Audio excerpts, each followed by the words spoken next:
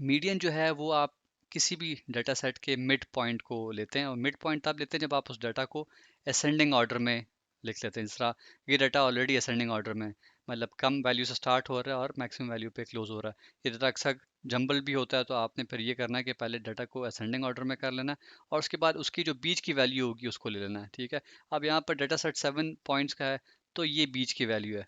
ठीक है, तीन इधर हैं, बीच की वैल्यू जो है वो 25 बन रही है, 25 इसका रिजल्ट आ रहा है। अच्छा, अब ज़हन में आपके ये भी आ रहा होगा कि ऐसा हो सकता है कि ये तो ऑड नंबर्स ना हो, इवन नंबर्स हों। ठीक है, ये 8 नंबर्स होंगे, तो फिर क्या होगा? तो फिर आप बीच वाले दोनों को लेते हैं, उनकी एवरेज निकाल लेते हैं। ठीक है, तो जो भी एवरेज आती है वो आपकी मीडियन वैल्यू होती है। ठीक है, तो अब इसका एक बार मीडियन भी देख लेते हैं कितना आया।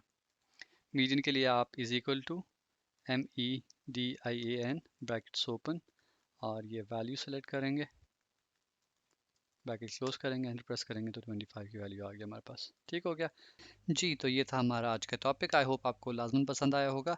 हमारे इस चैनल इन्फो शेयरिंग 360 को लाजमन सब्सक्राइब कीजिए। Thank you for watching this video.